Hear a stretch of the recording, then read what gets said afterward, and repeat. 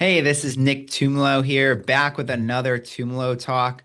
Want to go over some updates for 2026, those 2026 retirement contribution limits.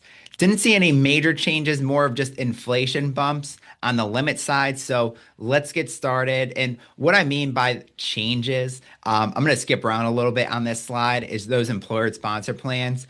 Back in 2025, we saw a new limit come out. We saw the age 60 to 63 come out. Like for this year, the additional amount, because it's continuing, you can put in another $3,250. And then you still have the age 50 limit. You still have anyone under 50 years old, the 24,500 limit. But if you're 60 years old, you can now put in over $35,000. The number is right there on the screen, 35,750 now. And some people are like, is that include employer? Does that only include the tax deferred side, the Roth side? This is a way of actually getting more money in your accounts if you, instead of going the IRA route, if you do have an employer sponsored plan. So, because on those employer sponsored plans nowadays, good amount of plans nowadays have Roth options in there, and it's not based off of those income phase outs, which I will talk about in a second. So you want to look at what's best for you. Should I be putting in tax deferred world? Should I go put in the Roth and help out my situation down the road? What makes sense to me? So there's a lot of questions. That's where that Tumolo retirement checkup comes in. And I'll give an example. Once I get through some of these contributions, because then you got the IRA side, you got the traditional and the Roth IRA. The big thing you got to worry about on that is the income phase out. It's different for each side. So for the traditional IRA, the income phase out is more of a deductibility income phase out. That's why I have that star right there. That is basically if you put in above a certain amount on the income side, I'm not going to go over the amounts today.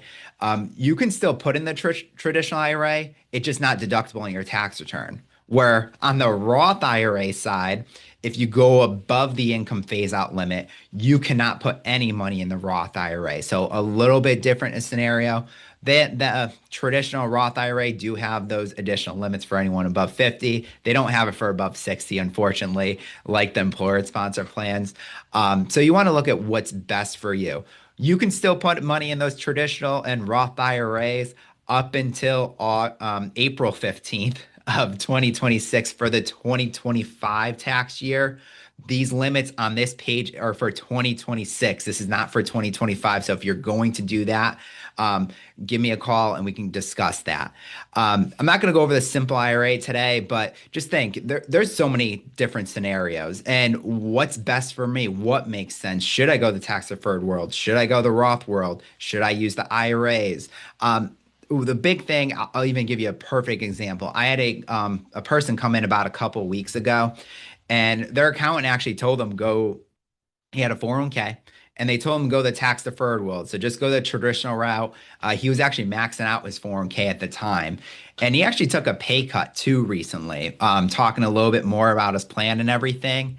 And when I was building out his plan, he wanted to make sure that his accountant was doing the right thing by him.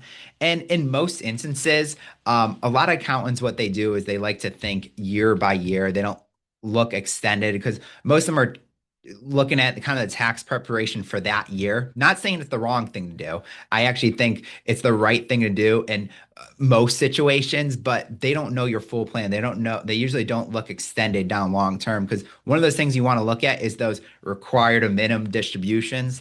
That's when the IRS starts making you take money out of those IRAs, those tax deferred world, 401k, 403b, 457.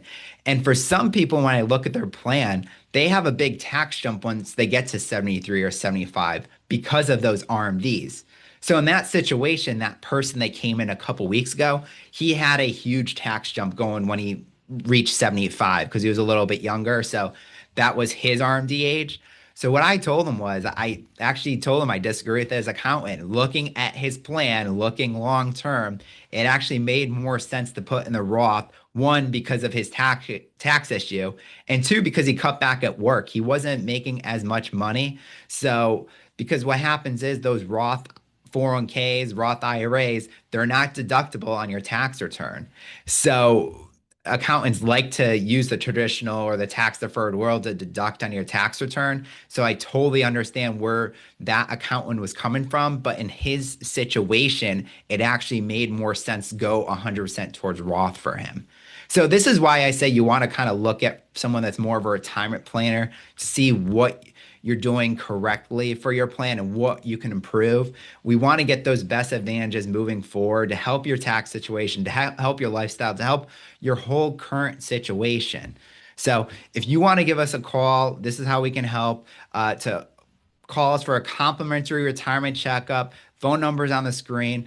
We also do additional Tumolo Talk videos. If you do have a topic you want to go over, anything in the retirement world or anything even current. I've had people talk about precious metals or cryptocurrency in the past, what's going on with tariffs, stuff like that.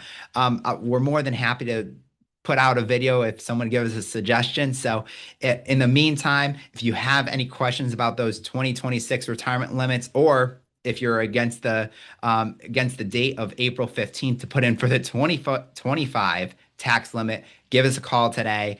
Thank you for your time.